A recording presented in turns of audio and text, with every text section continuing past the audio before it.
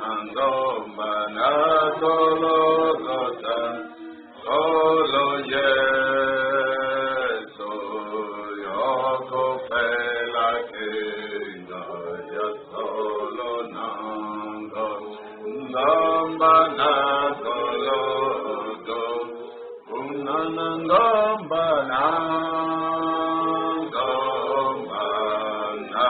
Golgotha, Nangomba na Golgotha, Nangomba na Golgotha, solo Yesu, yoko fela kinga, ya solo Nangomba na Golgotha. Moto mingi eyake Yesu angandaki, esili pona yango, matonyo sobakoki, kozwako biki sama, kimyako petolama, Yesu, oko felaki, Nangomba na Golgotha, Nangomba na Golgotha, Nangomba na Golgotha, solo Yesu, yoko fela kinga, ya solo Nangomba na Golgotha, Nangomba na Golgotha, Nangomba na Golgotha, Nangomba na Golgotha, solo Yesu, yoko fela kinga, ya solo Nangomba na Golgotha. Holingona yo Yesu, ekamwe sendayelo, alanda Nangomba me penena, ekoloson, nyoso na pesena yo, na yo moko na jari. Yesu, oko fela kinga, Nangomba na Golgotha, Nangomba na Golgotha, Nangomba na Golgotha, solo Yesu, yoko fela kinga, ya solo Nangomba na Golgotha,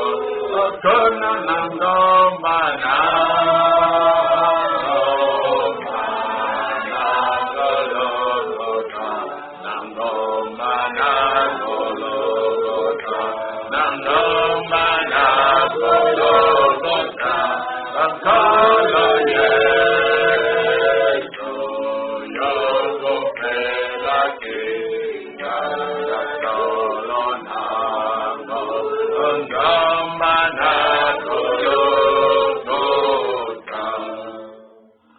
Yesu yambanga yelo, Nazarena yoseko, eyo ozali wanai kanda kana motema, etola nai, estamos santo nayo.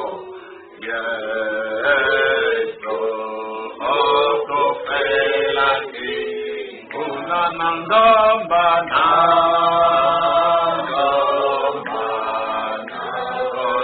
Golgotha, Nangomba na Golgotha, Nangomba na Golgotha,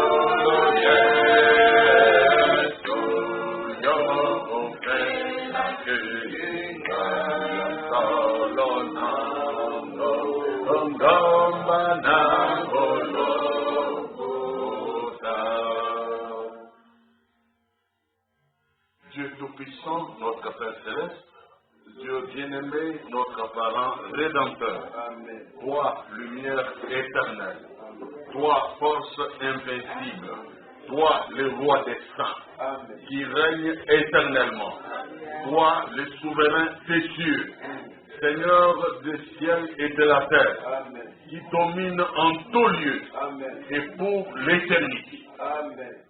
Que ton nom soit glorifié. Que ton nom soit sanctifié, que ton nom soit adoré, que ton nom soit élevé, qu'il soit reconnu comme unique nom, ici et partout dans le monde entier. Et que pour toujours il soit reconnu comme étant le nom suprême qui est au-dessus de tout nom. On peut nommer dans le ciel et sur la terre, et même sous la terre, et même dans les eaux profondes. Ton nom est plus élevé que Lucifer, plus élevé que les maladies, plus élevé que les problèmes, plus élevé que les épreuves, plus élevé que les tentations, plus élevé que toutes les difficultés par lesquelles nous puissions passer. Tu es merveilleux, surnaturel, prodigieux, miraculeux, solution, surprenant, immuable, bienfaiteur, fontaine de vie. Source de vie éternelle. Ce soir, communie avec nous, Seigneur, que ta parole agisse dans nos cœurs et puisse nous donner des expériences nouvelles. Chaque jour, tu peux le faire, car ta parole ne peut être bloquée par rien. Rien ne peut freiner ton évangile, ni le retarder, car ta parole est libre. Elle sort du trône céleste et produit les effets partout, en tout lieu, à tout moment, car tu es le Seigneur de l'univers et qui domine partout. Que ton nom soit béni. Édifie-nous ce soir. Que nos cœurs revêtent l'humilité. Et que ton nom soit glorifié par nos actes, nos moments de prière, nos prières elles-mêmes, nos requêtes et supplications, nos moments de communion. Que tout puisse t'honorer. Fais de nous, Seigneur, ce que tu veux faire. Utilise chacun, Seigneur, selon ton plan. Nous voulons nous humilier pour que toi tu sois élevé. Au nom de Jésus-Christ, le Dieu suprême, nous prions ainsi. Amen. Nous allons lire la méditation de ce soir dans Jérémie au chapitre 18. Jérémie chapitre 18, le verset 1 à 6.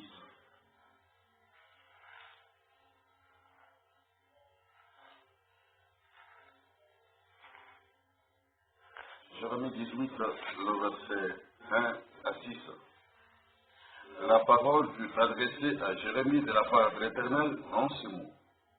Lève-toi et descends dans la maison du potier. Là, je te ferai entendre mes paroles. Je descendis dans la maison du potier, et voici, il travaillait sur un tour. Le vase qu'il faisait ne réussit pas.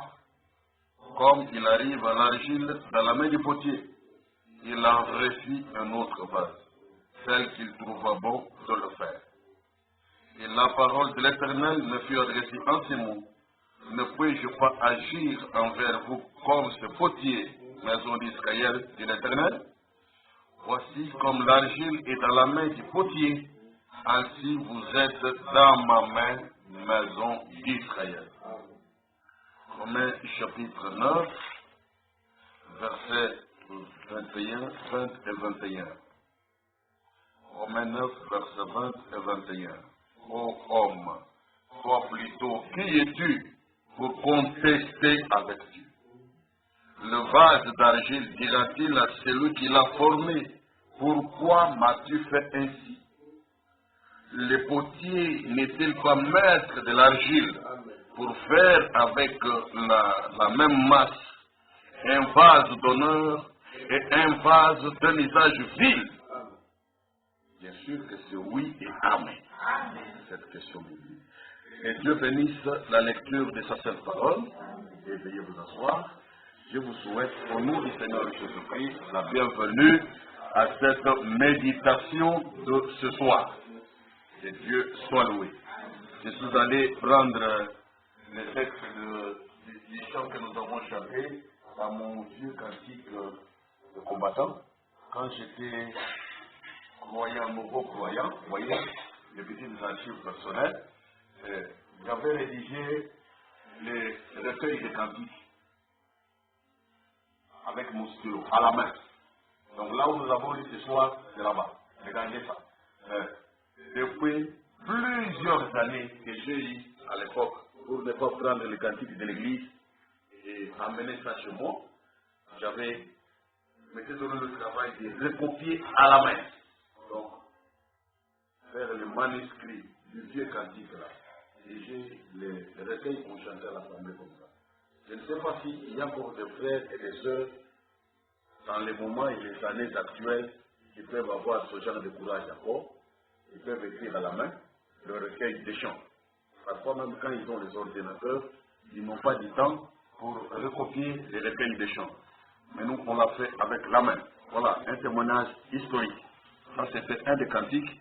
Et il y en avait encore un autre, où il y avait encore des chansons, il y en a encore d'ailleurs.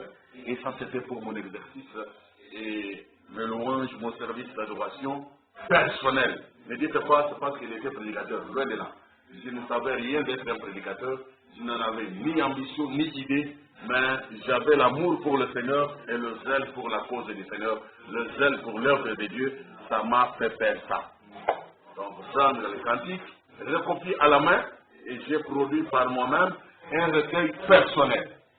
Et à l'époque, où le Seigneur m'avait fait grâce d'avoir une machine à dactylographier, alors, comme les brochures étaient rares, les titres venaient à compte-gouttes, je m'étais donné encore le devoir de taper à la machine certaines brochures que j'ai trouvées à gauche et à droite. Je me souviens du titre de la prédication, le message de grâce. J'ai pris la brochure, celle qu'on me l'avait donnée par quelqu'un, j'ai dû taper ça à la machine et produire moi-même un fascicule que je pouvais méditer et ne pas bloquer la brochure d'autrui ou commencer à me l'approprier. Je devais remettre la brochure au frère qui avait eu la gentillesse de me la céder pour un temps, mais je ne voulais pas perdre le texte, j'ai gardé le texte moi-même. Donc je l'ai produit moi-même, le texte avec la machine à dactylographier. Cette machine jusqu'à présent existe, c'est un petit souvenir, ça y est d'ailleurs au salon ici. Voilà, donc la marche avec Dieu. Il ne faut pas rêver de vivre au ciel comme par un coup de baguette magique. Nous commençons des fois très petits ici et on évolue pas à pas comme lui-même fait. Et Dieu qui voit votre cœur, il vous donnera ce que lui trouve bon de vous donner en son temps à lui. Ne jamais jalouser quelqu'un, ne jamais envier quelqu'un d'autre. Et quand tu apprends qu'un tel a reçu un gros salaire, ne dis pas, ah, baninga au moins, c'est Ezazoua. Zoua et qu'on bloque yo, Zoua et qu'on freine yo, et qu'on pétissa yo au progrès. Mais chacun de nous, comme nous voulons l'étudier ce soir, à travers la petite méditation, qui n'est pas très longue, une petite méditation, c'est qu'il faut un brisement avant tout progrès. Si vous voulez progresser, vous devez accepter d'être brisé. Si vous refusez d'être brisé, d'être humilié, d'être broyé, alors sachez que le progrès ne viendra pas.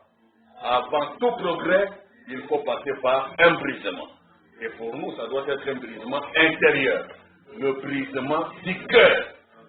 Je vous rappelle que nous avons entendu en passant, dimanche, nous avons entendu Frère Branham nous dire quelque chose ici, dans la prédication que nous avions lue, l'unique d'ailleurs pour ce dimanche-là. Nous avons lu à un tel endroit une telle brochure, c'était écoutez-les, chez le 25 janvier 1957. Alors au paragraphe 52, deuxième partie, à la dernière partie de cela.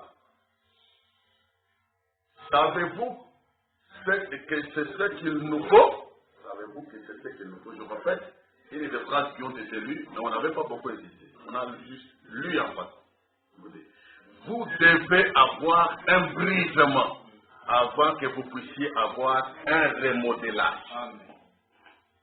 Pour que la configuration de votre vie change, que les réalités spirituelles de votre vie changent, que votre réputation change, que votre caractère change, que votre état et votre niveau changent, vous devez passer par un brisement. Donc, vous devez avoir un brisement avant que vous puissiez avoir un remodelage. Les prophètes allaient à la maison du potier. Bon, je l'ai lu le dimanche là, déjà pressé un peu par les minutes qui couraient. J'ai terminé l'exhortation de ce dimanche et je suis rentré. Le service divin était fini, clôturé pour la séance d'ensemble. Mais, aussitôt, j'ai découvert dans le message qu'il y avait des erreurs dans l'alignement des versets. Déjà même à partir de la prédication, de l'exhortation, j'avais déjà remarqué que 1 Corinthiens 13, verset 14, que j'avais communiqué aux autres enfants de Dieu, dans la Bible Scofield que j'ai utilisée, alors vous avez mettez référé à une autre Bible, en Scofield, le verset 14 n'existait pas. Non, 1 Corinthiens 13, je veux dire. 1 Corinthiens 13, verset 14, j'avais communiqué dimanche dans le message, dans les textos. Alors, ici dans Scofield, 2 Corinthiens 13, 14 n'existait pas. L'alignement était fait autrement. Ça s'arrêtait au verset 13. Ah, je dis, mais comment maintenant le message était déjà parti? Heureusement, parce que si l'erreur était découverte avant, j'allais prendre le temps d'effacer d'abord, pour réécrire encore et redistribuer. Et c'est ce qui prend des fois du temps. Le clavier, il est ce qu'il est. Mais là-bas, c'était non pas juste une erreur de frappe, mais il y avait même un problème de l'alignement des versets selon les traductions de la Bible. Dans une traduction ici, vous trouvez une autre. Là-bas, ailleurs, vous trouvez que les versets diffèrent. Pas de souci. Mais ce n'était pas le seul problème. Donc, je me suis rendu compte qu'il y avait une erreur dans la référence d'un chronique. Nous avons lu correctement un chronique ici, et pourtant, dans les textos qui étaient envoyés, par erreur, c'était écrit 2 chroniques. Alors, un enfant de Dieu m'a retourné le message pour le pasteur. Qu'en est-il ici? 2 chroniques, le passage que vous avez répondu. Qu'est-ce qui ne va pas? Bon, moi, j'étais sûr que tout était en ordre. Un chronique chapitre 21 et tout cela, on a lu. Mais, qu'est-ce qui se passe? Et quand je vérifie, oh, mais il y a erreur de frappe ici. Le verset qui s'arrête, ça s'arrête au verset 17. Oh là là. C'est une erreur de frappe. Il fallait maintenant corriger. Mais quand je me suis mis à écrire les textos de correction, j'ai fait les textos de correction et j'ai dit voilà, maintenant pour 1 Corinthiens 13, au lieu d'écrire 2 Corinthiens, dans les textos de correction, j'ai encore frappé un mot, j'ai tapé 1 au lieu de 2. Alors, c'est encore un bien-aimé qui m'a fait la remarque. Pasteur, mais ici, n'est-ce pas que c'était 2 Corinthiens? Qu'est-ce qui se passe là? j'étais intérieurement brisé. Et pendant que cette drôle d'expérience s'est déroulée, maintenant les paroles de Frère Branham me sont revenues. Il vous faut un brisement pour pouvoir être remodelé. Et je dis voilà une méditation. Comment ça vient à des circonstances simples. Alors j'ai dit voilà, c'est terrible. Vous tapez ici, vous terminez le message, s'il n'y a pas une autre interférence, vous envoyez, dès que vous vérifiez, vous envoyez. Mais s'il y a eu un appel, il y a eu quelque chose auquel il faut réagir, vous répondez, bon, vous vous retrouvez que le message est parti sans dernière vérification et des erreurs de frappe se retrouvent dedans. Et parfois des mots inappropriés se retrouvent là à cause de nos claviers ici qui commettent des erreurs. Que Dieu nous pardonne. Mais tout ce que Dieu fait, c'est pour notre bien. Vous vous rendez compte? Maintenant, dans le texto de correction, bien que j'ai mis 1 Corinthiens 13, verset 13, c'était comme si c'était une erreur, il fallait dire 2 Corinthiens 13, verset 13. Mais quand vous lisez 1 Corinthiens 13, verset 13, ça fait partie du commentaire de l'exhortation de dimanche. Quand tout sera passé, l'amour seul va exister éternellement. Bon, voilà. Écoutez, donc, c'est un passage cadeau qui a été ajouté, et pourtant ça paraissait être une erreur. Et souvenez-vous, le même dimanche, le Seigneur nous a montré ce que pouvait paraître comme étant l'erreur du prophète Nathan. Nathan est allé dire à David, va faire tout ce que tu as dans ton cœur, car l'Éternel est avec toi. Quand il est allé demander que non, voilà, c'est pas normal, moi j'habite une maison de cèdre, mais l'arche de l'Éternel, mon Dieu, est dans un endroit déplorable. Et Nathan lui dit, sans recevoir d'abord le ainsi de Dieu, va faire tout ce que tu as dans ton cœur. Et les gens vont dire, non, mais Nathan, il est allé parler de lui-même, il fallait attendre que Dieu lui parle d'abord. Qui est un esprit de Seigneur infaillible. Pourquoi il est allé dire ça? C'était une erreur. Pourtant, ce n'était pas du tout une erreur. Ce sont les voix de Dieu. Il sait faire passer un message à travers ce qui peut paraître comme une erreur. C'est comme le croisement des mains de Jacob. Il est en train de faire passer un message. Oh non, mais tu devais mettre la main droite sur Manassé, mais tu l'as mis dessus l'Ephraïm. Ça paraît comme une erreur, mais Dieu est en train de faire passer un message là-dedans. Que Dieu nous aide à saisir toujours l'inspiration. Ainsi donc, quand tout sera passé, comme nous l'avions commenté lors de dimanche, seul l'amour va subsister éternellement. Et il faut que cet amour parfait, cet amour divin seul, se retrouve dans nos cœurs. Que Dieu soit béni. Il nous faut un brisement. Nous devons passer par un brisement. Chacun de nous, toute l'église, chaque assemblée, chaque église chrétienne doit passer par un brisement. Il faut, même si vous commencez avec pompe, vous commencez avec beaucoup de chaleur, vous commencez avec beaucoup d'amour, votre marche à un moment donné, Dieu vous amènera à la maison du potier. Vous devez en arriver à une étape où vous êtes presque broyé, pulvérisé, ou presque vous perdez l'espoir, vous ne savez plus si vous allez être ou non, si vous allez exister encore ou pas. C'est la maison du potier. Amen.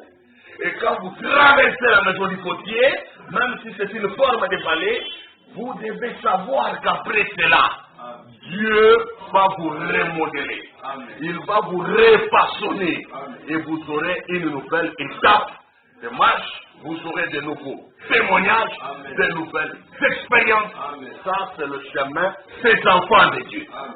Beaucoup préfèrent fuir. Quand ils entendent que non, il y a là-bas à passer par la maison du potier. Oh, moi je ne vais pas souffrir. Là, il n'a pas cité, là, il faut que nous allons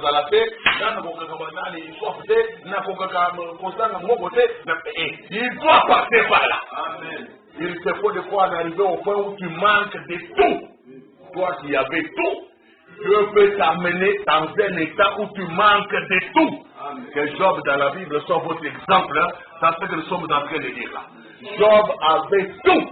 C'était un milliardaire. Mais Dieu, quand il a décidé de l'amener dans la maison du potier, Job a perdu tous ses biens, tout son argent et même tous ses enfants. Tout. La maison du potier. Vous devez passer par un brisement. Que Dieu vous aide à discerner lorsque cette heure de gloire, cette heure d'or sonne dans votre vie. Et acceptez le profil là. Effacez-vous vraiment. Attendez-vous au Seigneur. Dites mon Dieu, brise-moi. Je sais que rien n'arrive au hasard, mais tu fais toutes choses bonnes en ton temps et à ta façon. Laisse-moi tirer toutes les bonnes leçons que j'exige l'étape à laquelle tu m'as emmené ici. Je ne veux pas être naïf, je ne veux pas être distrait, mais je voudrais tirer profit de toutes les meilleures leçons que l'expérience par laquelle tu me fais passer exige. Il faut un brisement avant d'être remodelé. N'est-ce pas que c'est vrai? Écoutez encore Frère Branham dire quelque chose ici. Et c'est très important. Ici, dans la prédication, la loi qui possède un nombre précieux le 21 juin 1956, paragraphe 61. C'est dont nous avons besoin aujourd'hui. C'est un bon brisement à l'ancienne mode. C'est un besoin qui doit les ressentir. Si tu es habitué à la facilité, alors là tu risques d'être non partant. Un cheval non partant pour cette course au progrès, pour cette course au remodelage, pour cette course au changement profond et le changement nécessaire et indispensable pour hériter le royaume de Dieu. Donc si vous êtes un passionné de la facilité, vous voulez que tout soit facile pour vous, vous risquez d'être un cheval non partant. Donc vous risquez d'être quelqu'un déclaré vaincu d'avance, comme si inutile d'essayer. C'est dont nous avons besoin aujourd'hui. C'est un bon brisement à l'ancienne mode. Observez le prophète qui est allé à la maison du potier. Jérémie dont nous avons parlé là au chapitre 18. Pour être brisé et être remodelé. Observez ce prophète. C'est dont l'église pentecôtiste qui plaît l'évangile a besoin aujourd'hui. C'est un bon brisement à l'ancienne mode. Retourner pour être remodelé. Amen. Donc retourner, pas continuer à foncer dans n'importe quelle direction, pas continuer à accueillir n'importe quoi, mais accepter de t'arrêter. Faire demi-tour.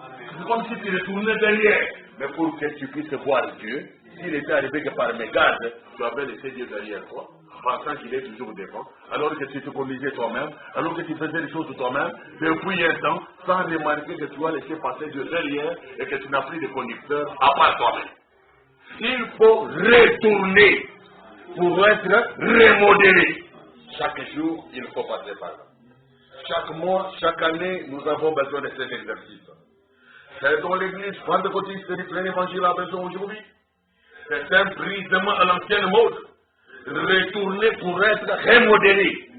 Il ne faut pas prendre un brisement moderne, hein, à la nouvelle mode. Au style, hein, vous prenez le mode actuel, le style moderne, et vous dites je suis brisé, j'ai été brisé par le coronavirus. Écoutez, coronavirus dicte sa loi, il impose de nouvelles habitudes aux gens, mais ce n'est pas de ces brisements-là que je parle. Vous n'avez pas besoin d'être brisé par le coronavirus. Il faut que ce soit Dieu, le potier, qui vous brise par sa parole. Qui vous amène sur le chemin de l'expérience de la parole. Et que ce que vous avez, ce sont les résultats de la parole et non pas les résultats de la philosophie, de la science moderne ou des manipulations de l'environnement. Est-ce que nous voyons la différence? Parce que pour ceux qui est le coronavirus, et les païens, et les chrétiens, tous nous sommes dans une même moule. Quelle récompense particulière aurons-nous après le coronavirus? Pour être passé par le coronavirus. S'il y a une récompense que nous devons recevoir, hein, c'est alors, et que cela est relatif au royaume de Dieu, c'est que même les païens vont mériter cette récompense-là, même les incrédules, les magiciens, les marabouts, tous ceux qui passent par le coronavirus auront le même salaire dans le royaume de Dieu. C'est faux. Ça ne peut pas être ça. Pour nous, enfants de Dieu, le brisement vient par la parole. C'est par la vérité de la parole que nous devons nous humilier, accepter de nous effacer, d'avoir tort pour donner à Dieu raison. Très important. Il faut que ce soit l'œuvre du Saint-Esprit, traitant avec nos cœurs, personnellement, ou alors en tant que communauté chrétienne, collectivement. C'est vrai. Nous Nous avons besoin d'un bon brisement à l'ancienne mode, comme ça se faisait autrefois. Quand Jérémie est descendu dans la maison du potier, Dieu ne lui a pas dit, va voir ce qu'il fait, et essaye un peu de tirer des leçons de ce qu'il fait. Non. Dieu a dit à Jérémie, au chapitre 18, la verset 1 à 6 que nous avons lu, descends dans la maison du potier, et là-bas, je vais te faire entendre mes paroles. Donc ne va pas là-bas pour admirer, ne va pas là-bas pour féliciter, ne va pas là-bas pour faire des éloges, ne va pas là-bas pour être impressionné et pour dire vraiment que j'ai une émotion et raconter aux autres et comprendre mon émotion. Pas comme ça. Toi, va là-bas, tu vas voir des choses qui se font, mais sois attentif à ce que mes paroles vont te dire. C'est-à-dire, quel que soit ce par quoi nous pouvons passer, quel que soit l'endroit où nous pouvons aller, il faut rester attentif à la parole. Amen. Parce que là où Dieu traite avec nos cœurs, c'est au moyen de sa seule parole. Amen. Ce ne sont pas les circonstances qui nous façonnent. Comme le moraliste dit, ce que vous voulez voter, vous n'avez pas aligné pour y casser, si quand la conséquence est voter aller. Mais là, il y a une conséquence. Nani Yoba Nzambe est un problème, il y a vérité. La parole de Dieu est vivante et efficace. Quand tu l'entends, elle doit agir. Parce qu'il ne veut pas retourner à Dieu sans se faire, sans produire, c'est pourquoi Dieu l'a prononcé. La parole a la vie en elle-même. Elle a le pouvoir de transformer les choses, de changer le caractère, de redresser le comportement. La parole a tous ces pouvoirs-là. Moi, j'ai confiance. Je sais que c'est vrai. C'est pour ça qu'il a dit descends dans la maison du potier. Et là-bas, moi, je vais te faire entendre les paroles. Très important de rester attentif aux paroles du Seigneur. Car c'est par elles que le monde a été créé. C'est par elles que l'univers a été créé. C'est par elles que tout miracle est possible. C'est par elles que les choses se réalisent. La parole de notre Dieu. Mais ça là-bas, je te ferai entendre mes paroles. Toi aussi, quand tu passes par la maison des potiers, ne regarde pas que les circonstances. Ne subis pas que les émotions, les choses inhabituelles par lesquelles tu passes, qui te semblent étranges, et qu'apparemment autour de toi, personne n'a jamais approché, sauf toi seul. Ne te laisse pas arrêter aux circonstances, aux événements, aux situations exceptionnelles, inhabituelles, étranges. Mais reste attentif aux paroles du Seigneur. Consulte le livre de Dieu pour savoir que disent les Écritures. Que dit la parole de Dieu. Écoute les bandes du prophète pour savoir que dit le message. Seigneur, que peux-tu m'apprendre dans ce qui m'arrive ici? Je dois tirer les sons de la parole et non pas des événements eux-mêmes. Je dois retenir une vérité de Dieu à travers les situations par lesquelles je passe. Qu'elles soient joyeuses, douloureuses, ou malheureuses, ou heureuses. Mais je dois tirer une leçon qui soit une leçon de la parole. Et dont l'expérience ou les circonstances ne seraient que des illustrations. Les circonstances seraient transformées en illustration. Ça illustre, mais une vérité divine. Que moi j'ai appris, que moi j'ai entendu et que moi j'ai retenu à cette occasion-là. Que Dieu te bénisse. Est-ce que vous réalisez? Descends dans la maison du potier et là, moi, je te ferai entendre les paroles. Plusieurs d'entre nous, Dieu essaye de les amener là-bas, mais ils sont bouchés. Leurs oreilles sont bouchées. Leurs yeux sont fermés à tout ce que Dieu peut faire, à tout ce que Dieu peut dire. Ils sont en train de discourir avec les circonstances, discourir avec les événements, discourir avec leurs maladies. Ils s'arrêtent là, ils n'écoutent pas ce que Dieu dit, ce qu'il ne faut pas. Il faut écouter Dieu. Il faut retenir la parole de Dieu.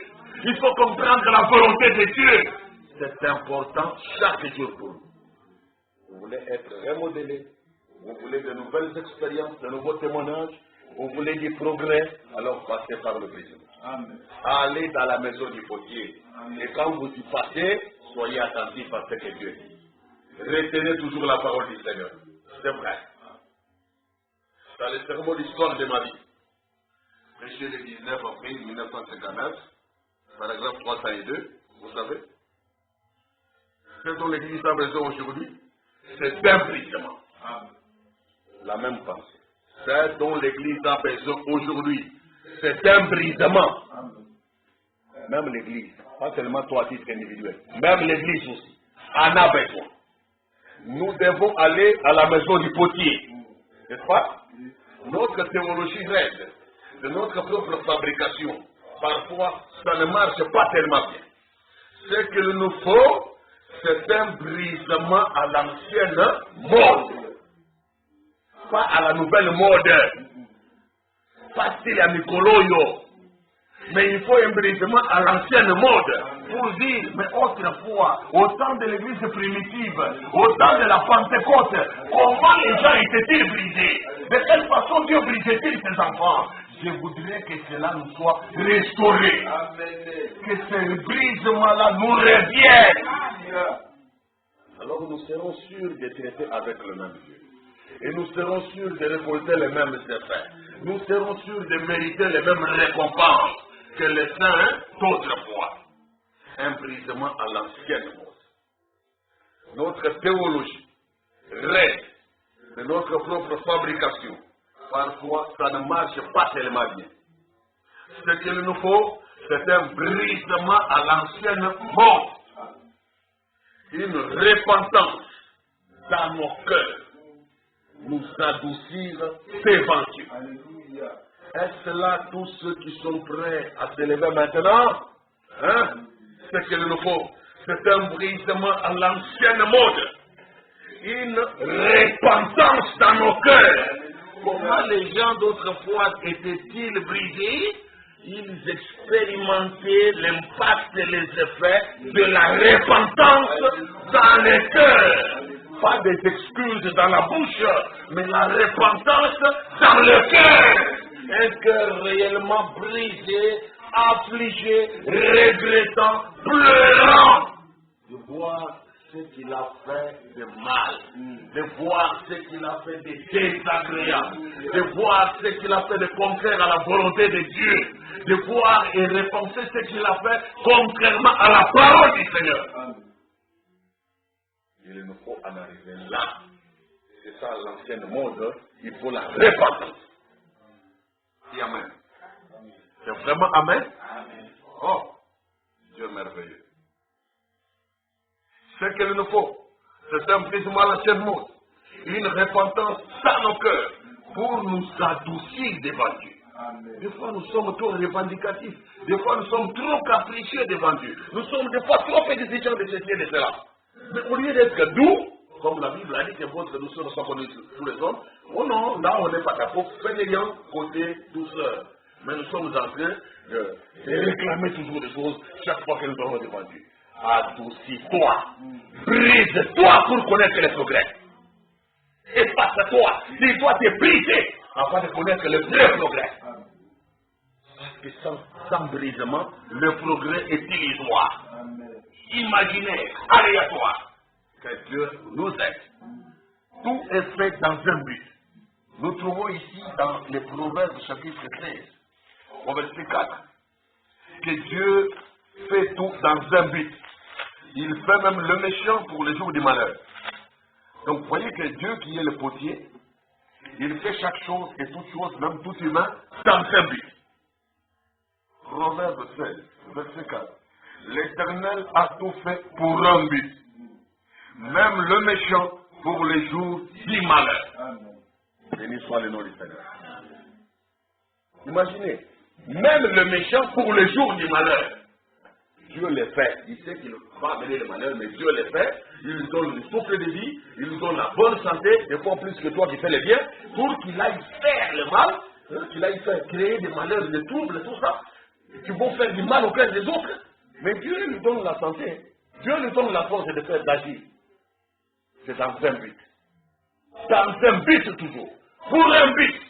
Maintenant, quand Dieu constate que Zobal n'atteint pas le but pour lequel moi je le fais, Dieu a le pouvoir d'en changer la destinée. Il peut utiliser la même masse, la même terre, les mêmes corps de chair pour changer de destination parce qu'il est le maître des temps et des circonstances. Vous réalisez ça? Que quand toi tu n'atteins pas ton but, Dieu peut changer ta destination. Quand tu ne fais pas, c'est à quoi Dieu s'attend pour toi. Il peut changer ton évolution. Là où tu pouvais vivre autant d'années, Dieu est capable d'abréger ton séjour sur la terre. Pourtant, c'est lui qui avait écrit le nombre d'années que tu dois passer sur la terre. 80 ans par exemple. Mais il voit que ce qu'il attend de toi, ce n'est pas la voie que tu empruntes. Il abrège. À 40 ans, tu es fauché. Cadavre. Il est le potier. Il est le potier, n'est-ce pas? Maintenant, qui osera contester avec lui? Dans Romains 9, verset 20 et 21, nous l'avons lu là-bas. Qui est-il ton homme pour contester avec ton Créateur? Est-ce que l'argile peut se lever, commencer à dire au potier, bon, pourquoi tu m'as fait ainsi? Pourquoi tu m'as fait de cette façon? Ainsi, on ne peut pas contester avec Dieu. Notre Dieu est souverain, notre Dieu fait tout ce qu'il veut. Et il fait des humains tout ce qu'il veut. Il peut faire de vous un honorable, il peut faire de vous un méprisable, il peut vous envoyer l'honneur, il peut vous envoyer aussi l'humiliation, il peut vous envoyer la prospérité, il peut également envoyer l'adversité. Dieu est souverain. Amen. Regardez, dans Ésaïe au chapitre 45, prenons le verset 6 et 7. Ésaïe 45. Regardez comment Dieu se présente et il parle.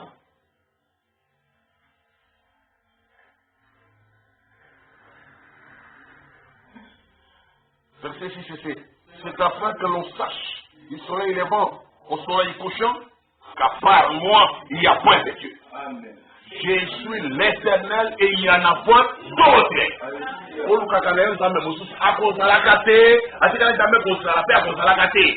Il n'y en a pas. Le seul, c'est le Dieu de la Bible ici. Ok, mais moi, on va t'avoir Kaka Yende. Attends, on est Kokiba. Yende Kaka.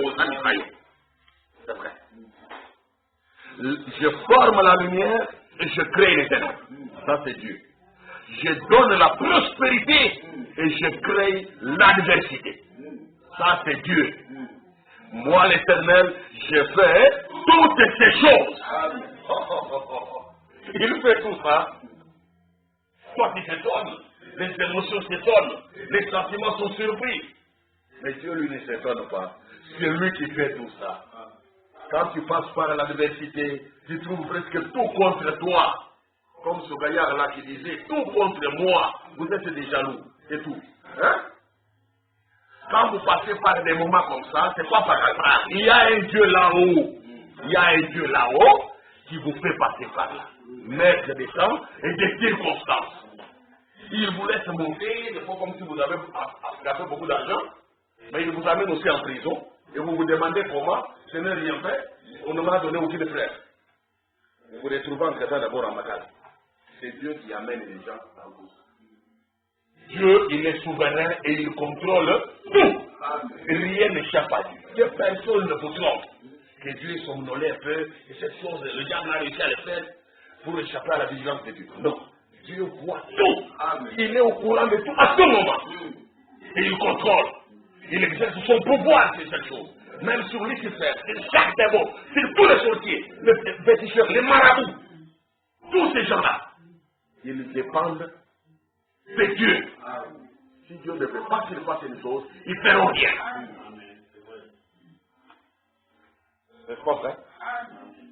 Même les militaires, les policiers, les généraux, ils peuvent décider d'arriver ici pour nous ramasser. Si Dieu ne le veut pas, il y a ballon makambo, tant que nous sommes à ça, ça nous dit.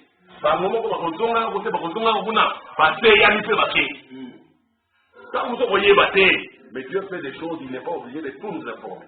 Il fait des choses des fois que tes yeux ne voient pas, que ton oreille n'entend pas, mais n'empêche lui agit. Et ceux sur qui il agit ont appris. Ils sont remarqués, ils sont vus. Ainsi, bénissons le Seigneur pour ses multiples bienfaits. Même quand il dort, Dieu te fait du bien. On pouvait te nuire, tu pouvais mourir pour ne plus te réveiller les jours suivants. Mais Dieu te réveille. Peut-être que tes ennemis n'auraient jamais souhaité, n'avaient jamais espéré, n'avaient jamais pensé que tu pouvais encore te réveiller. Mais quand Dieu ne veut pas, rien ne se fera. Mais quand Dieu permet, il peut se passer quelque chose. Mais en tout, soyons attentifs à la parole de Dieu. Amen, amen. Dans Jérémie 18, vous remarquez, quand Jérémie est descendu, il avait la consigne, l'instruction du Seigneur, fais ça là-bas, et là je te ferai entendre mes paroles.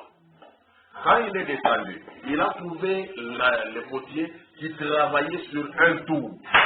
Pendant qu'il y travaillait, qu'est-ce qui est arrivé? Il a vu que le tour qu'il faisait a échoué. N'a pas marché. C'est pas ce qu'il y avait vraiment dans son cœur. C'est pas la sorte d'ouvrage qu'il veut obtenir. Et qu'est-ce qu'il a fait? Au lieu de continuer à souffrir, en essayant de remodeler comme ça, en essayant de changer ici, de forcer, tailler une forme ici au coin, il a décidé de tout broyer. Refaire l'argile à partir du vase qui était pourtant déjà développé. Il a remis ça à l'état naturel. Et qu'est-ce qu'il a fait ensuite? Il a retravaillé ça pour produire un autre vase.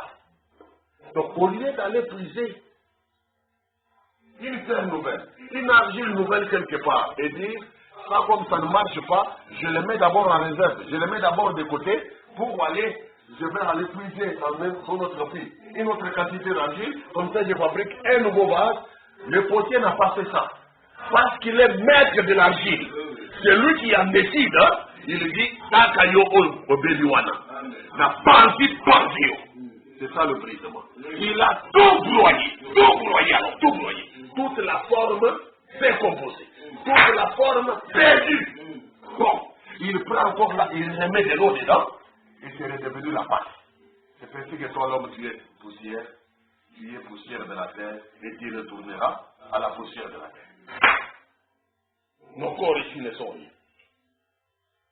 Notre état naturel, nous ne pouvons pas condamner ça. Votre forme naturelle, ne reprochons rien. Au contraire, notre message vous recommande de rester naturel. Vous n'avez rien à regretter de votre forme naturelle, de votre aspect naturel. Ne condamnez rien, c'est votre Dieu créateur qui vous a fait comme cela. Ne cherchez à rien corriger, parce que votre créateur vous a amené dans ce monde comme cela et c'est pour un but. Ne cherchez pas à rectifier la question, rectifier ceci. Restez tel que vous êtes là, parce que le Créateur vous a voulu ainsi. Si vous ne pouvez rien à votre forme naturelle, que nous vous recommandons de garder, au moins vous pouvez quelque chose à votre état intérieur. Pourquoi? Dieu a fait la première créature sans demander votre volonté. Quand il vous a créé dans le ventre de votre mère, il ne vous a pas demandé votre avis. Pour demander votre famille, le genre de parents desquels vous voulez naître. Vous n'avez rien dit. Vous n'aviez rien à dire aussi. Dieu était souverain. Vous êtes venu d'être là où vous êtes né, dans le genre de famille où vous êtes né là, c'est pour un but. Dans le genre de clan et de tribus où vous êtes né, pour un but. Mais après avoir échoué notre première naissance, parce que nous sommes dans le péché, conçus dans l'iniquité comme dit la Bible, nous avons la possibilité de changer le cours des choses. En nous convertissant à Dieu, en nous repentant. Parce qu'entre le royaume de Dieu et les ténèbres de Satan, vous avez la possibilité de faire un choix.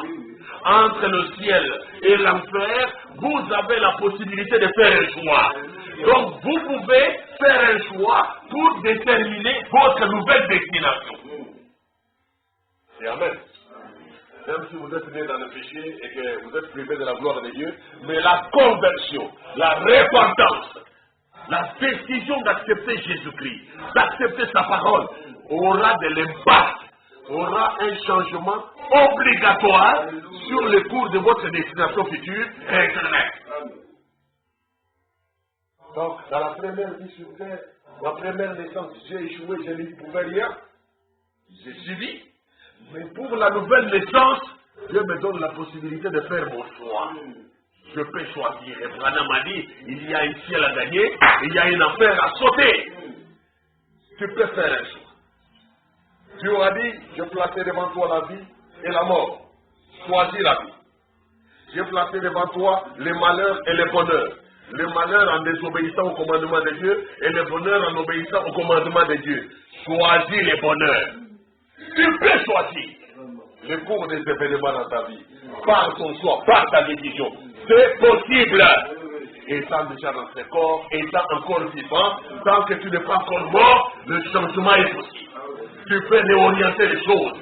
Mais si tu ne peux pas par toi-même, là où tu ne peux pas par toi-même, Christ a dit que sans moi, vous ne pouvez rien faire. Mais au moins par lui, Christ, le changement sans espérer, sans bruit dans votre cœur, devient obligatoire par Christ. Tu le crois? Amen.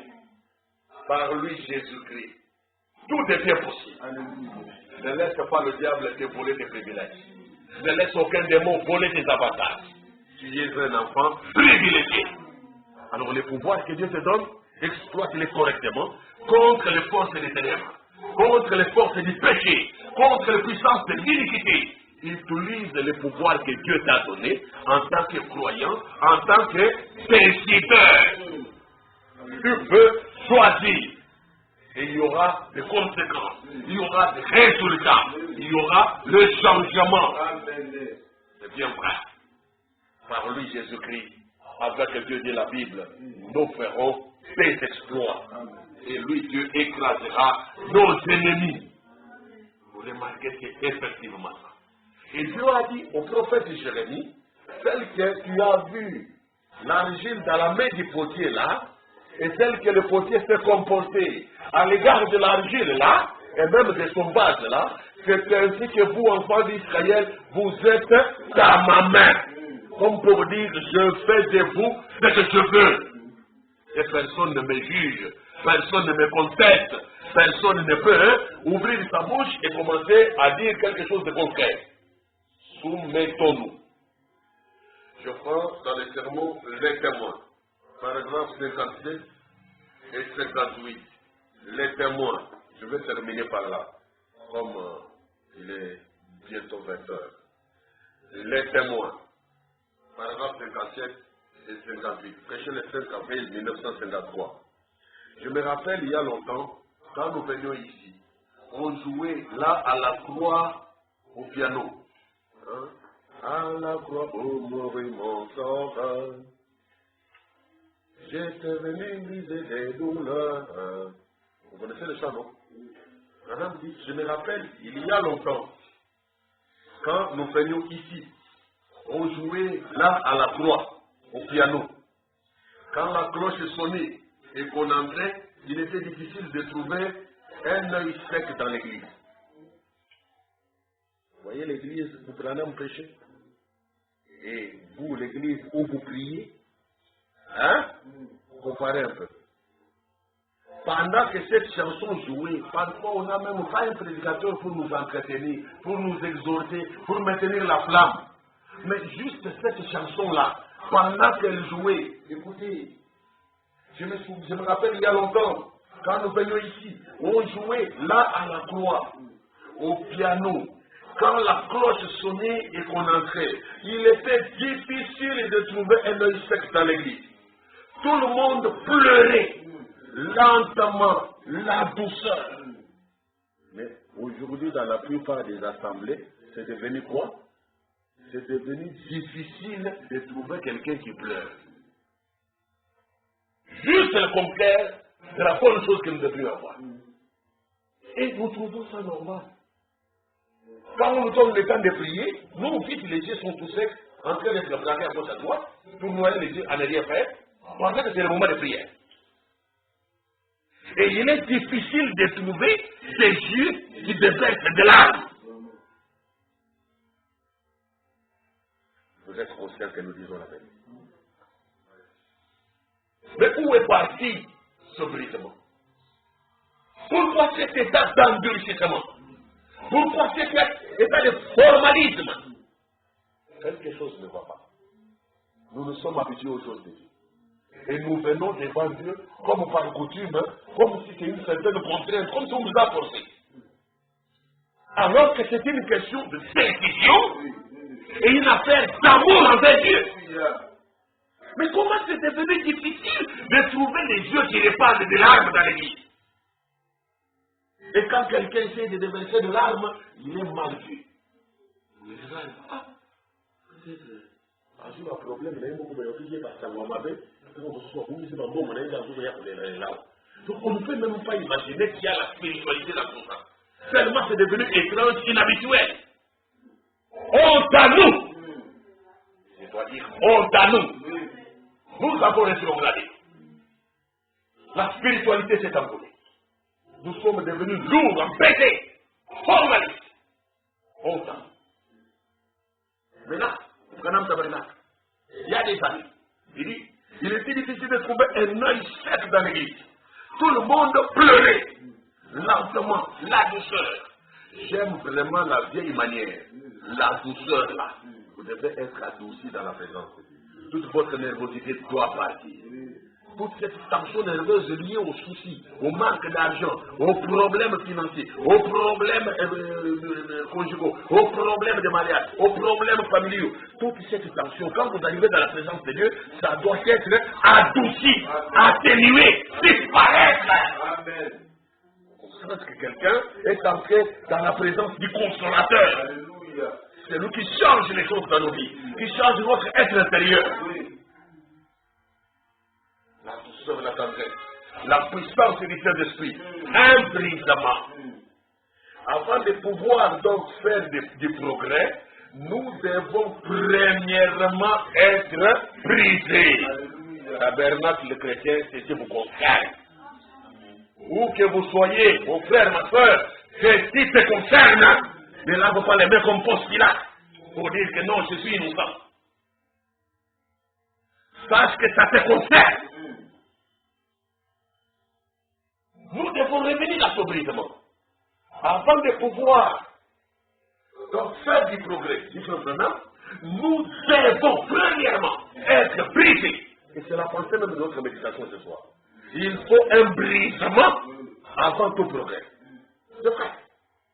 Vous savez, comme le potier, les prophètes étaient descendus dans la maison du potier pour être brisés afin d'être refaçonnés. Et vous savez, s'il n'y a pas de brisement, on ne sera pas refaçonné. Il vous faut premièrement être brisé. Et voyez ce que mon frère, ma soeur, ce que ça signifie être brisé.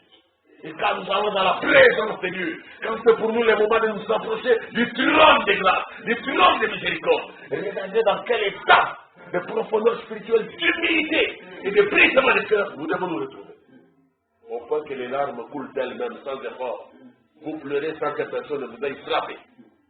Parce que la sainte présence de Dieu vous a touché. Alléluia. Et vous vous sentez comme Ésaïe au temple.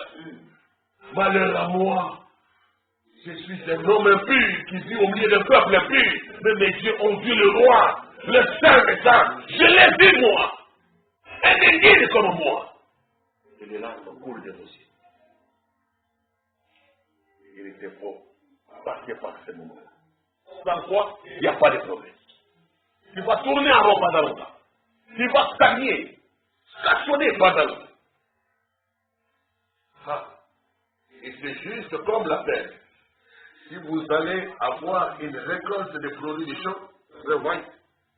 Il vous faut premièrement labourer la terre, la herser, et puis vous plantez votre semence, elle se reproduira. Ça dépend du genre de semences que vous plantez. Donc, pendant que cela est brisé. Ainsi donc, pendant que les produits des champs, la terre est toute brisée, c'est le moment de planter la semence. Regardez de quelle façon vous recevez la parole. Quand vous recevez la parole dans un état de brisement de cœur, larmes aux yeux, cœur tremblant devant la sainteté de Dieu, les résultats seront différents que lorsque vous venez vous asseoir là, les yeux tout secs, braquant à gauche à droite, comme un criminel qui craint d'être attrapé. Tu repars à la maison, il n'y aura pas d'avancée significative. Parce que ton cœur était sec, tes yeux étaient secs, ton esprit était tendu quand tu as été devant Dieu. Les résultats sont médiocres. Mais si tu as un cœur brisé, voilà. Même la terre, quand on veut planter, on ne vient pas planter sur une terre qui n'est pas creusée, qui n'est pas broyée. On doit tailler la terre, on doit casser quelque part. Et vous aussi, vous devez être brisé. Si le sol de votre cœur n'est pas brisé, la semence n'entre pas. Elle reste superficielle, elle n'aura pas de bons effets. C'est pour ça qu'une partie de la semence que le semeur avait déversée est tombée le long du chemin. L'autre est tombé sur des pierres, des cailloux, et il n'a pas pu enfoncer des racines. Et quand il y a eu des tentations, la même personne est tombée dans les mêmes bêtises. Le même frère est tombé dans les mêmes qualités. En train de se justifier, en train de bavarder. Que Dieu soit miséricordieux envers nous. L'atmosphère dans laquelle nous recevons la parole doit changer. Je voudrais que chacun de vous comprenne ça. Tu peux décider de cela change. Et Dieu t'appuiera. Mais si pour toi tu trouves que la manière dont tu écoutes la parole là, ça va, il n'y a rien à changer, il n'y a rien à reprocher, alors coup de chapeau. Va continuer comme ça, mais tu attendras longtemps avant de voir les résultats. Pour avoir les progrès, il faut un brisement. Ça suppose quoi? Chaque fois que nous sommes dans la présence de Dieu, nous devons être presque en train de retenir nos larmes. Chaque fois que nous sommes à l'église, nous devons presque chacun, ou le plus grand nombre, presque en train de retenir nos larmes dans la présence de Dieu. Est-ce que tu réalises ça? Si ce n'est pas le cas, nous allons tourner en rond et vous allez dire, où sont les miracles de Dieu? Si Dieu est puissant. Non. Ceux qui sont brisés voient la main de Dieu dans leur vie. Mais toi qui es sec, tu ne verras rien. Et tu risques d'être surpris, le reste de tes frères seront enlevés et toi tu vas rater. Pendant que tu attends que l'église bouge, que les bâtiments bougent, que les arbres soient déplacés, que les montagnes soient déplacées, tu ne verras rien de tout ça. Mais ceux qui sont connectés et qui ont cette douceur-là, qui sont connectés à la présence de Dieu, qui chaque jour ressentent ses effets, comme la parole les écrit là, comme le message il les décrit là, ils gardent cette douceur. Ceux-là seront enlevés, récompensés, couronnés, pendant que vous, qui fréquentez l'église par habituation, par coutume, par camaraderie, et tout par sentiment, vous serez laissés en arrière. Que Dieu ait pitié de toi. Ta façon d'écouter la prédication, ta façon de recevoir la parole de Dieu doit changer. Fais en sorte que chaque fois que tu dois recevoir une parole du Seigneur, ton cœur soit dans un état de douceur, de brisement. J'ai dit bien, brisement, de repentance, d'humilité profonde, de t'humilier toi-même, t'effacer toi-même, élever la parole, élever la Bible, élever le message. Et amen. Amen. Est-ce que tu as vu ça? Que tu es comme une terre sur laquelle Dieu veut planter.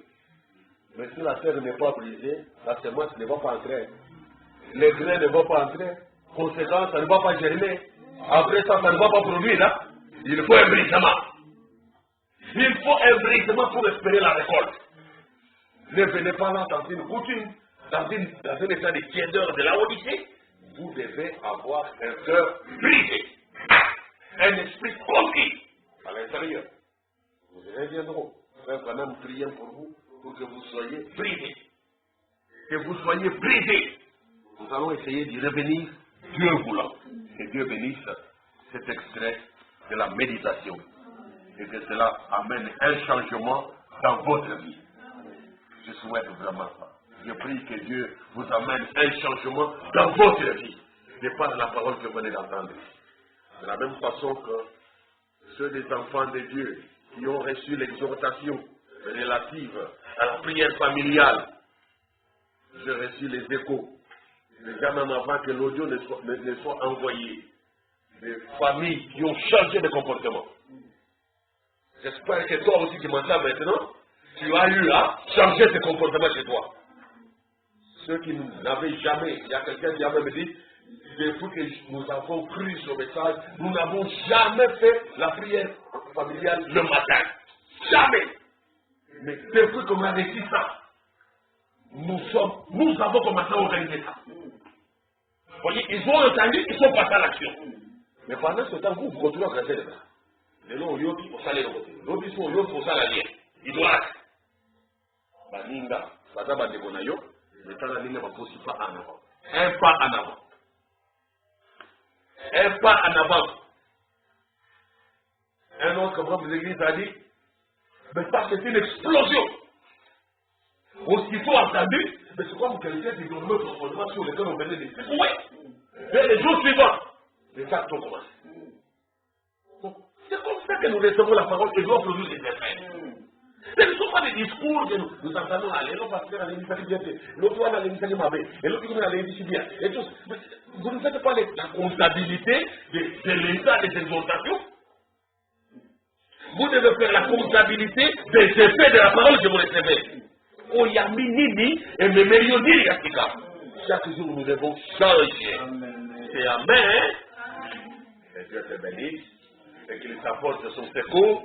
Et je te souhaite bonne application en prière, bonne application à genoux, bon delaka. Dama koyoka. Donc, tellement, voilà vos samedi.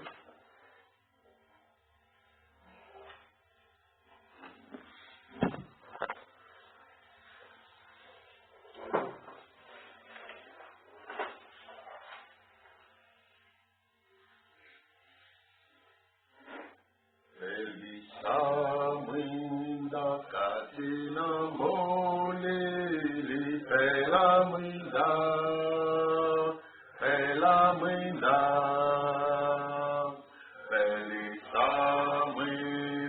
katina masulu pelamrinda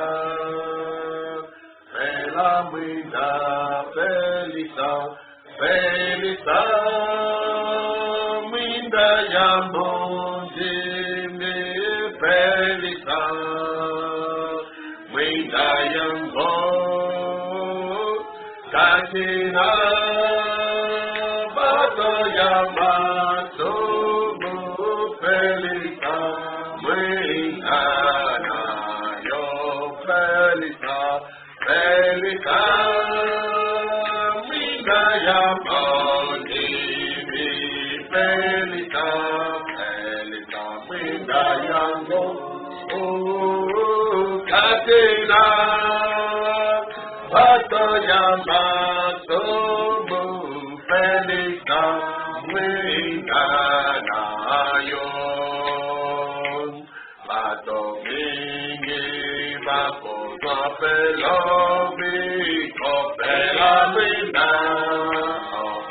pelamrinda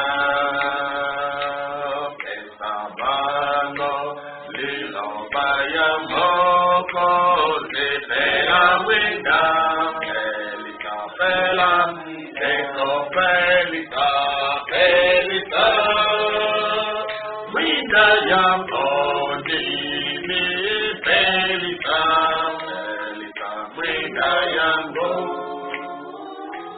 katina bato yamato pelita minda na leko pelita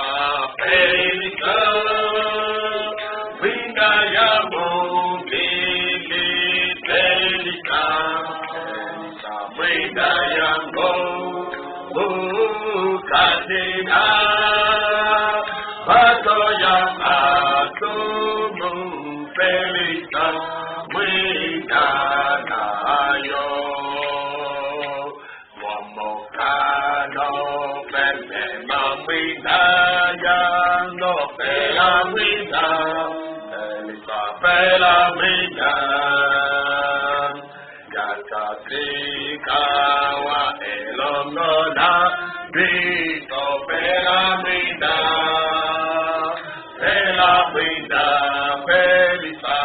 pelita minda yakoni mi pelita minda yango katina bato yamato pelita minda na leko pelita minda yamoni mi pelita minda yambo katina bato yamato pelita minda na yo.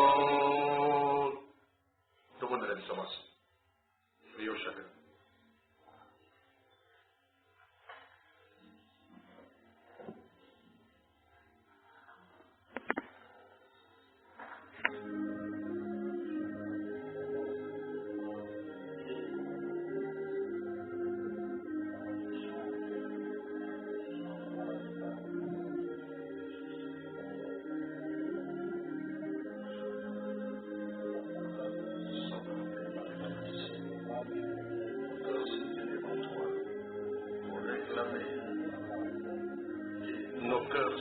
adouci par ta sainte présence.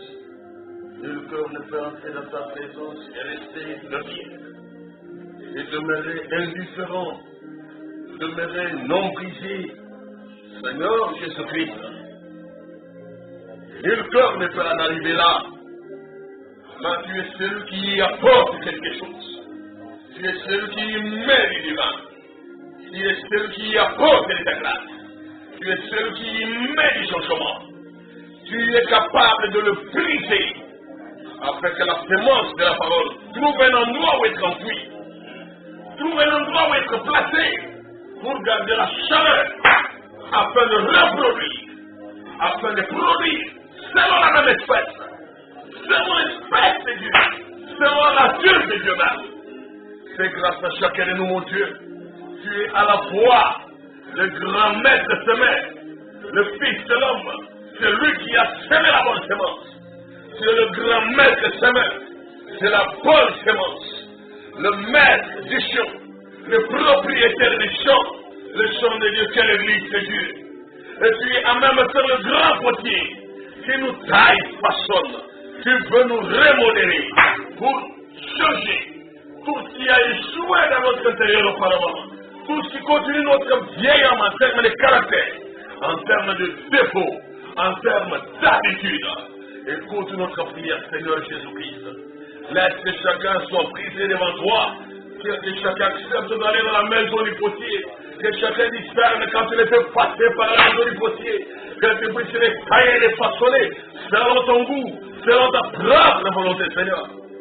Nous avons ce grand besoin de produire des résultats, de produire des actions, de manifester le changement, de manifester les effets de la parole, d'abonder dans les fruits de l'évangile, d'exceller dans les fruits de l'évangile.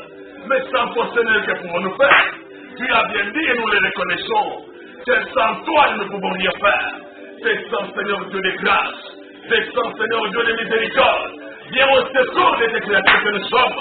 Laisse-nous avancer encore là où Jésus, nous tenir fermes devant toi et comprendre ta divine volonté, nous soumettre à ta divine volonté, nous soumettre à ta divine vérité, reconnaître les réalités divines, reconnaître les principes divins comme étant d'application obligatoire, comme étant d'exécution obligatoire dans nos vies sur la terre, alors que nous sommes des pèlerins, des passagers sur la terre, dont la durée de vie est limitée, fixée par ton Père Dieu Seigneur, et qui peut en décider autrement, lorsque notre conduite, lorsque notre vie ne produit pas le but pour lequel tu nous as placés ici. Nous ne pouvons pas faire n'importe quoi, espérer nous tirer d'affaire, infiniment Seigneur, mais que la grâce de ton nom, que la grâce de ta parole, que la grâce de l'évangile anime chaque cœur sincère, anime chaque cœur croyant, anime chacun de nous Seigneur, pour ne pas s'attacher au mal, pour ne pas se justifier dans le mal, pour ne pas s'attarder sur le mal, pour ne pas s'attarder dans la fleur, ne pas s'attarder dans la figure, dans l'indifférence spirituelle, mais que nous puissions passer à l'action,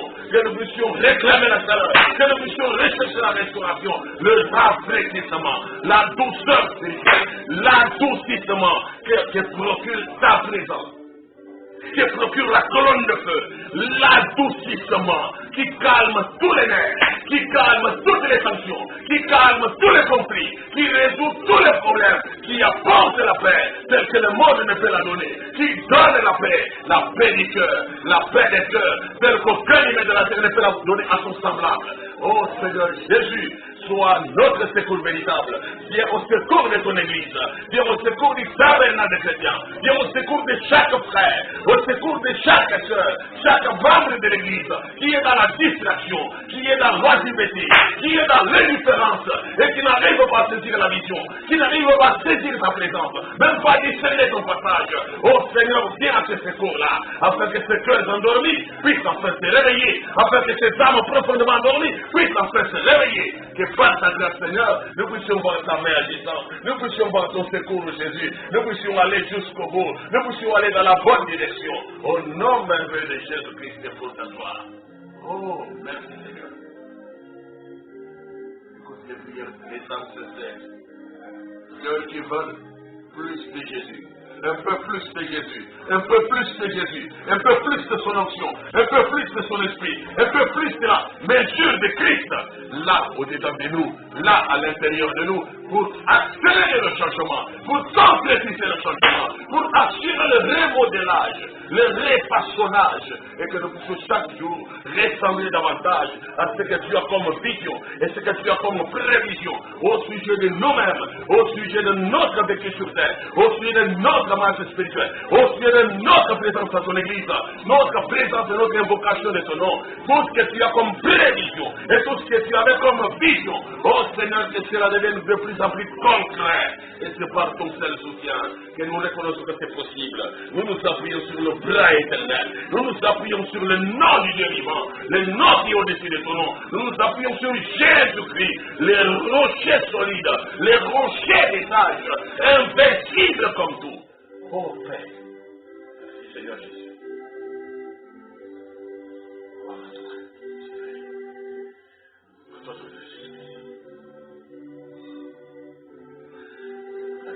Que ta grâce dans nos cœurs, que ta grâce puisse s'exprimer dans nos vies, que ta grâce s'exprime à travers ton peuple, ta grâce s'exprime à travers les âmes élues, les âmes sincères, les âmes sérieuses, les âmes honnêtes, le cœur honnête et sincère par lesquels toi tu as prévu de manifester et de démontrer que chaque vérité de Dieu, que chaque parole de Dieu, elle est la vérité pure, elle est la vérité exacte et qu'elle mérite la confiance. Elle mérite d'être témoignée.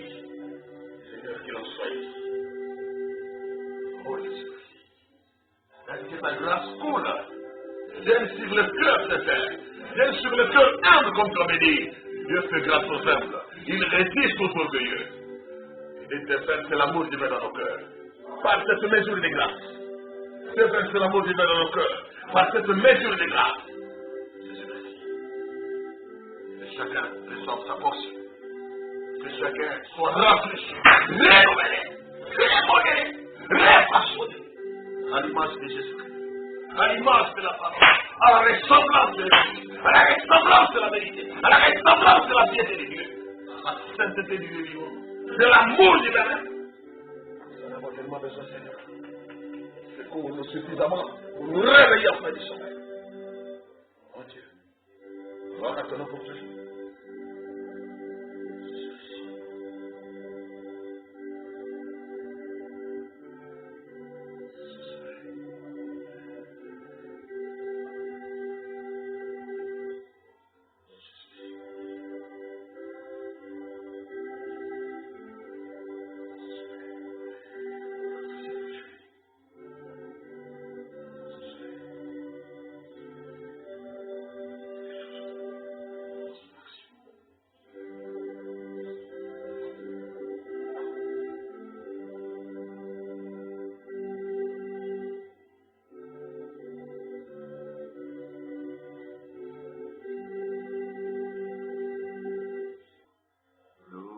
Soit le Seigneur Dieu, alléluia. Loué soit le Seigneur Dieu, alléluia. Loué soit le Seigneur Dieu, alléluia. Loué soit le Seigneur Dieu, alléluia. Jésus-Christ est mon Messie. Alléluia, loué soit le Seigneur, alléluia, Jésus-Christ est la main.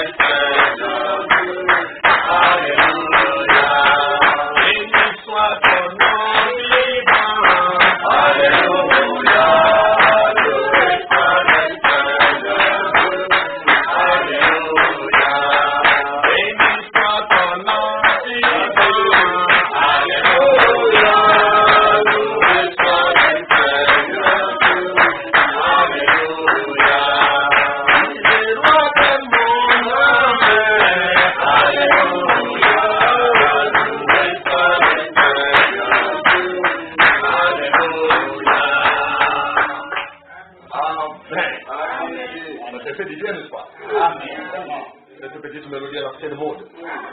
Pour t'amener au brisement à l'ancienne mode. Voilà. Même si le cœur est devenu très sec, Dieu agit des fois lentement, doucement, mais sûrement, jusqu'au bout, que quelque chose va exploser. Si tu persévères, quelque chose va se manifester. Ta puissance, il faut persévérer. Lutter à genoux. Bonne réussite à genoux. Tu dois réussir dans ta présence. Tu dois réussir pour la vie éternelle. Tu dois réussir pour le pardon de tes péchés. Tu dois réussir pour ta guérison totale. Et tout ce qu'il y a comme blocage, là où tu étais enfermé, emprisonné, Jésus brise les chaînes. Il brise, il rend les portes de prison. Il donne la liberté. Moi, je le crois. Dieu Tout-Puissant, nous te disons grand merci ce soir. C'est ce que tu as entretenu nos cœurs et tu vas continuer à le faire. Ce n'est pas juste dans un rôle formaliste, comme pour s'arrêter ici, mais c'est quelque chose de continuel. Chaque jour tu agis, chaque jour tu traites avec tes enfants, tu leur rappelles quelque chose, tu interpelles quelque part, tu les dresses quelque part, tu disciplines aussi quelque part, mais tu nous aimes. Nous savons que tu nous aimes et tu es un Dieu bon et fidèle, tout puissant et invincible. Merci Père. Brise nos cœurs, brise-nous toi-même.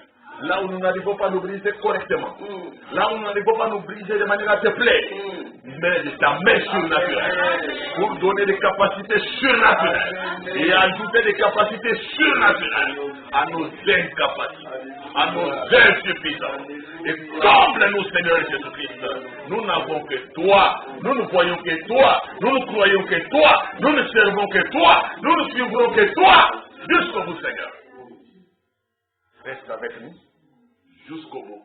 Au nom de Jésus-Christ, exaucez nos prières, celles de chacun en particulier et de toute l'Église en général. Et tout se passe pour ta gloire. Au nom de Jésus-Christ, notre Sauveur, nous prions. Amen. Veuillez vous asseoir. Et que Dieu vous bénisse. Nous avons des salutations qui sont adressées aux nôtres du tabernacle des chrétiens par le pasteur Jean Oumwamba de l'Assemblée de Dubaï-Aloubé, à la frontière entre les Grands Bandoukou et le Kassai, je crois, Dubaï-Aloubé. Il m'a demandé de saluer tous les nôtres et que Dieu vous garde. Nous avons également une information que notre sœur Rachel Moïbois a été opérée le lundi dernier. Et l'intervention s'était bien passée et elle est admise au centre Saint-Gabriel de l'Emba Terminus. Alors, si vous avez un peu de crédit, manifestons cet amour d'appeler, un peu de temps, arrivez aussi visiter. Si pas, même la prière, même si vous faites le tout, Dieu vous récompensera toujours pour tout bien que vous ferez envers ses enfants. Que Dieu vous bénisse et vous comble. Shalom, shalom.